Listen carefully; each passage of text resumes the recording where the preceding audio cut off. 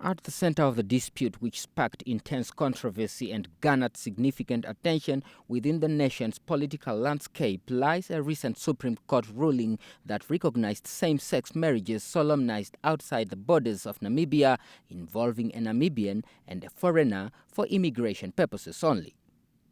Seeking to challenge this verdict, the private bill aims to redefine the legal definition of spouse and, in fact, render the Supreme Court decision useless.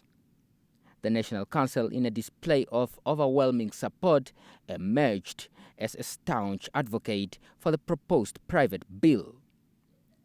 Same-sex couples don't produce, but they adopt kids. And by allowing it, this will decline the Namibian population, who will be giving birth to produce kids for adoption. And as a mother, in unity we say no to same-sex marriage. When the judge equate an anus to a vagina, that have nothing to do with the interpretation of the law. That is opinion. Supporters argue that passing the bill into law would rectify what they perceive as an encroachment of parliamentary sovereignty by the judiciary. One of the most contentious aspects of the bill is in a provision to criminalize the propagation, promotion, and solemnization of same-sex marriages. Members of Parliament expressed views suggesting that same-sex attraction might be a psychological problem requiring psychological counseling, equating it with moral decay and citing religious references such as Sodom and Gomorrah. Health concerns related to anal sex were also raised, further adding to the contentious nature of the discussion. In an alarming turn, some parliamentarians went as far as to propose capital punishment and the removal of any member of parliament suspected or proven to be a member of LGBTQI from their positions. Traditional authority have spoken against moral decay.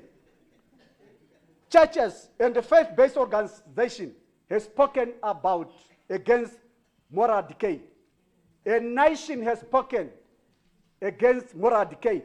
We, member of parliament, are here today. It can be sentenced for lifetime. We have to clean our society. However, others argued vehemently against such actions, emphasizing that they would be unconstitutional and fundamentally against the principles of a democratic society. We should therefore uphold and defend the Constitution without fear, favor, or prejudice homosexuality offense, the policies and laws of Namibia. And we should all, in strongest terms, reject it. Let's take same-sex couples, and we take 20 couples and we put them on one island, and we take 20 heterosexual couples, we put them on another island. And he said, coming back 30 or 50 years later, on the island of same-sex persons, you will only have graves after 30 years. But on the island of heterosexuals, you will have thousands of people that has been living out the initial idea of creation, men and women, as to procreate and multiply. Defending the bills, supporters maintained that they were acting in line with the Constitution and responding to the Supreme Court's call for parliamentary engagement on the matter. They contended that allowing same-sex relationships could potentially open the door for further demands for practices such as incest, bestiality, and pedophilia. In light of this, some suggested that the preservation of African customs and consideration of polygamy would be more appropriate alternatives. Daniel Nadungi, NBC News, Parliament.